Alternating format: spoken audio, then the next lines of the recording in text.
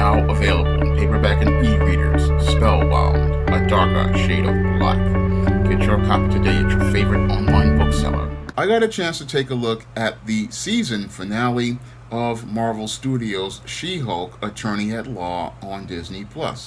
And after watching this so-called finale of She-Hulk Attorney at Law, I have to wonder if we're getting closer to rock bottom at Marvel Studios, because this season finale of She-Hulk was the absolute worst thing produced at Marvel Studios so far. Now, your Marvel Studios is in a major state of decline, and the products are far below the high standard that was set when the Marvel Cinematic Universe started with 2008's Iron Man. Now, 2008's Iron Man was a well-crafted film that gave us a full character transformation arc, multi-dimensional characters, and lots of action. Unfortunately, as the Marvel Cinematic Universe has gone on, we have seen standards really start to fall with Captain America Civil War, where I believe the MCU peaked, and ever since then it's been a precipitous decline, and your Marvel Cinematic Universe is getting closer and closer to rock bottom, because it looks like to me that your Kevin Feige just doesn't care anymore, and that was reflected in what was presented on screen with She-Hulk Attorney at Law Episode 9. Now, this Episode 9 opens up trying to build up a climax to several really contrived storylines as related to the She-Hulk and her dealings with the Abomination, dealings with different conspiracy theories and different organizations that are out to get the She-Hulk. And this whole episode basically falls apart in the middle due to the bad writing. And what your Kevin Feige does with this episode is instead of them taking responsibility for the absolutely terrible storytelling, they try to call themselves trolling the fans and calling themselves trying to break the fourth wall. So halfway into the episode, that's really terrible. What they do is they have the She-Hulk go out here and try to break the fourth wall like she did in the John Byrne comics, and what they try to do is use that fourth wall to introduce an AI they call Kevin as a way to try to fix all of the bad storytelling. Unfortunately, they don't go out here and fix the bad storytelling. All they do is introduce your Kevin Feige as a deus ex machina to cover up the bad writing. Because the entire episode, what it tries to do is it tries to use the fourth wall as a way to try to create some sort of humor, but there's nothing funny about how badly written this episode is, and there's nothing funny about how the She-Hulk's storytelling is absolutely terrible. No, there's nothing funny at all. It just looks like your Marvel Studios really doesn't see how far they have fallen as it relates to storytelling overall. Because when I look at the She-Hulk series, it just shows me what happens when you go out here and hire people who clearly are not qualified to be screenwriters, and how these people, once they are working on a script, they make a complete mess. Because what your Marvel Studios wanted to do was hire a group of women writers to write She-Hulk, and sadly, none of these women ever read a She-Hulk comic, and it shows by the garbage that they put on screen in this dumpster fire of a series. Because it's clear to me that the writers here never did any research on the She-Hulk character, never read any She-Hulk comics, and they admitted to this as much, and they also admitted that they don't even know anything about being a lawyer. Now, I'm a screenwriter myself, and before I go out here and even put fingers to the keyboard for either a screenplay when I used to write them or when I'm writing books right now, one of the things that I consider to be essential to me writing a story is doing my research. And I go out here and I oftentimes spend a lot of time putting a lot of time into research because I want the story to feel real. I want people to connect with the characters. I want them to connect with the story, and I want the story to resonate with the reader. But when it comes down to Disney, they don't seem to even have any sort of standards for their productions, and that's really disappointing considering that at one time Marvel Studios made having standards essential to producing the movies that were the building blocks of the Marvel Cinematic Universe. It was considered you needed to have read the comics, you needed to know the characters, but it seems like ever since Disney got a hold of Marvel in 2015 and started producing films like Age of Ultron, we don't see that kind of care for the storytelling or that kind of care for the characters or the source material, and it has really affected the product that has been produced at Marvel Studios. When it comes down to Marvel Studios these days, they're more caught up in trying to get box office and Disney Plus subs, and they're not really caring about what they're putting on screen, and that violates the third of the critical questions that screenwriters like myself have to ask before we put fingers to the keyboard, and that is, why should we care? Because if the people producing these products don't care, then the audience doesn't care, and the audience has no reason to care about this She-Hulk Attorney at Law series or anything coming out of Marvel Studios, because the standards have fallen so low as related to the writing that they're looking to try to throw anything up on screen, and then they're looking to go out here and try to cover up all of the numerous mistakes they have put into their production by saying, oh, we're going to break the fourth wall, and then try to bring you a Deus Ex Machina ending with a Kevin AI, and that basically destroys the cohesiveness of the Marvel Cinematic Universe. Now, they're thinking that they're doing this as slapstick comedy, but what they're doing is slapping down the structure of the Marvel Cinematic Universe and destroying everything that was built as related to this universe being cohesive. So I don't have to take any of the storylines seriously at this point, and that's going to do damage to the Marvel Cinematic Universe and the overall brand. This is what happens when you have executives like Kevin Feige who are too comfortable, and because they're too comfortable about making money, they're not really thinking about the overall long-term impact that these products have when you're building a cohesive universe. When you go out here and build a cohesive universe and you have one bad story, that bad story can go out here and derail the momentum that your universe is having. And this can prevent people from going out here and anticipating the next product. And that's what's happening here with Marvel Studios. A lot of people are no longer anticipating going to see the next Marvel Cinematic Universe movie or watching the next Marvel Cinematic Universe Disney Plus show, because we see that the quality of the writing has fallen completely apart, and the core foundation of any universe is the writing overall. If your writing isn't up to speed and up to standard, what happens is your producers have no material to work with, and your actors have no material to work with, and you have nothing of substance to build when you're going out here and looking to go out here and shoot your film. You have nothing there because the writer didn't take time to really look at all of the different aspects of the story, and they didn't put any sort of frame of nuance on the story. So what happens is that the audience winds up not having a reason to care, and you put together an extremely poor quality production. And that's what's happened here with this whole She-Hulk Attorney at Law. This product right now, as I see it, this project is really dropped Marvel Studios standards to an all-time low, and sadly your Kevin Feige and those at Marvel Studios can't see how your product being at an all-time low is going to have an impact on the long term. They're so busy laughing about everything that they can't see that they're going to be crying in the future, because Marvel Studios box office has already dropped 50%.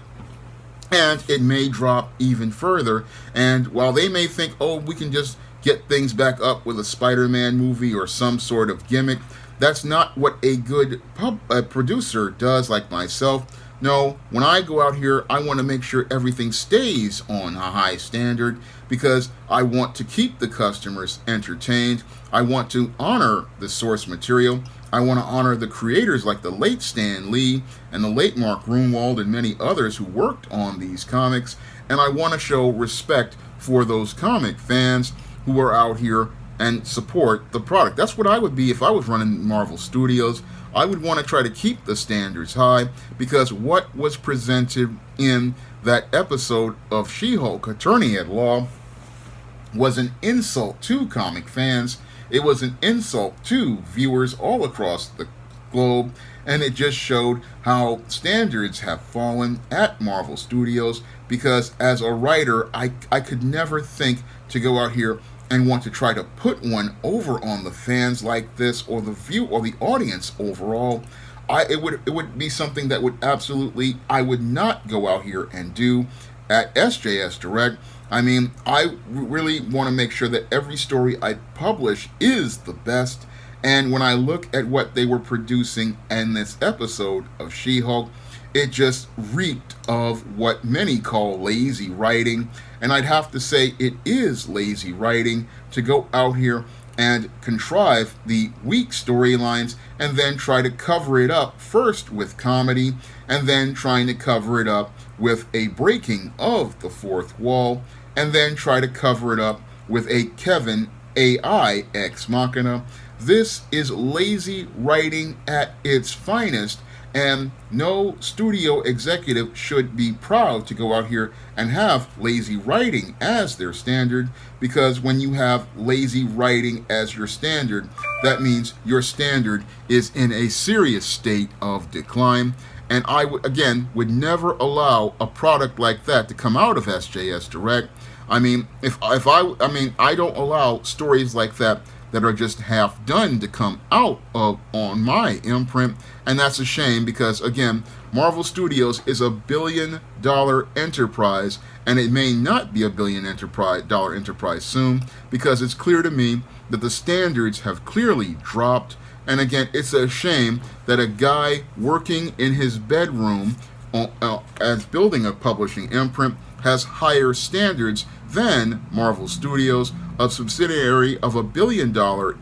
enterprise like Disney. It's a shame that I go out here and demand better for myself and want to provide better for my customers than your Kevin Feige and those working at Marvel Studios who don't seem to take their customers seriously, and at this point are taking all of those customers who go out here and watch MCU movies and Disney Plus series for granted, because that's the attitude that was shown to me in She-Hulk episode 9. It was shown to me that the people who work at Marvel Studios do not respect the people who are out here and put their hard-earned money down for these movies or put their money down for merchandise like Marvel Legends action figures. It's at this point that I'm starting to understand that they have basically taken their customers completely for granted, and because they've taken their customers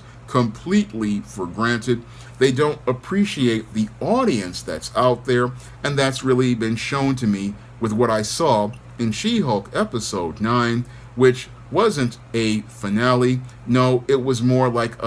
just a middle finger up at every comic fan, every person who supported the Marvel Cinematic Universe for the last 15 years. I mean, this episode was just so poorly written, and people are thinking, oh, it's about breaking the fourth wall. No, that's a gimmick that bad writers use to cover up their inability to go out here and craft a story. And that is the thing that irritates me the most about this She-Hulk season finale, is the fact that they just really just throw a middle finger up at the whole craft of writing. Now, this craft of writing is something that I got into when I was 9 years old, because I wanted to go out here and make comic books, and I spent years learning the skills as related to it. I mean, I learned everything about the rules of storytelling, learning about the craft of storytelling, and it just hurts my heart to see people out here making a mess in Hollywood with shows like the She-Hulk Attorney at Law. I mean, it really hurts my heart because, again, I spent over 20 years learning and mastering different skills as related to writing fiction, nonfiction, screenplays, and comic books, and I would have taken far more care with these characters than the people who were hired to work at Marvel Studios and work on a show like She-Hulk and make a complete mess of the character. I mean, it just really hurts my heart to see,